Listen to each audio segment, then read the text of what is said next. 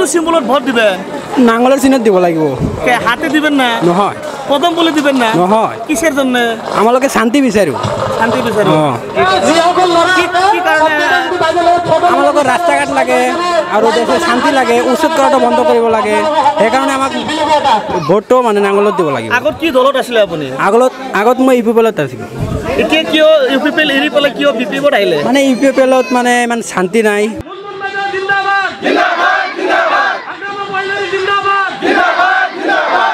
কোনটা ছবিত ভোট দিবেন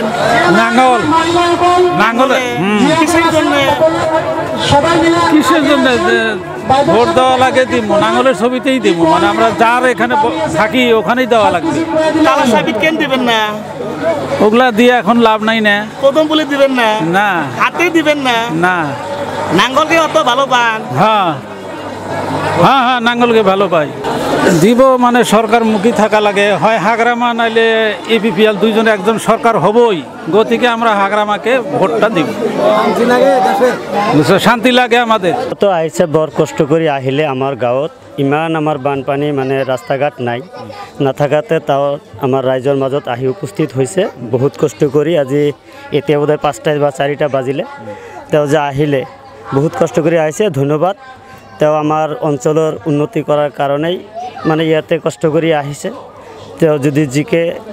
এই অঞ্চলৰ উন্নতি কৰিব বুলি তেওঁ কৈ আছে নিশ্চয় আমি ইয়াতে মানে ডেভেলপ কৰিম বুলি মোৰ মনত এটা কিবা খুব আছে আমি আগতীয়াও কৰিবলৈ খুব চেষ্টা কৰিছিলোঁ কিন্তু দুৰ্ভাগ্যবশতঃ আমি ইয়াতে জিকি গৈছোঁ ঠিকই কিন্তু আমি চৰকাৰ কৰিব পৰা নাই গতিকে আমি ইয়াতে ডেভেলপ কৰিব নোৱাৰিলোঁ কিন্তু আগামী এই 22ত যেটো মানে আমাৰ ইলেকশ্যন নিৰ্বাচন আহি আছে আজি যদি আমাক জিকাই দিয়ে তেতিয়াহ'লে আমি এই 5 বছৰে যিমান সপোন আমি দেখি আছোঁ সপোনবিলাক ইয়াত ইমপ্লয়মেণ্ট কৰিম বুলি আমি আশা কৰি আছোঁ কি গাঁও বুলি কয় এইটো শিলাইৰ পাৰ্টটো মল্লিকপাৰা কয় পৰ্বতজোৰা সমষ্টি মদাতি ভিচিটিচিৰ অন্তৰ্গত আমাৰ যেমন বিটিচিত বা আমাৰ বিপিএফ পৰ্বতজোৰা সমষ্টিত বা ইউপিপিএল এইবিলাকেহে আমাৰ বিটিচি চৰকাৰ কৰিব বেলেগে তো কৰিব নোৱাৰে গতিকে আমি এইখিনিহে চিন্তাধাৰা কৰিব লাগিব যেটো মানে উচ্ছেদ কৰি আছে এটা তো বেয়া কৰি আছে যদি আমি কেনেকৈ কম যে ৰাইজে ইমান কষ্ট কৰি আছে আজি যদি তেওঁ চৰকাৰী ভূমিত আছে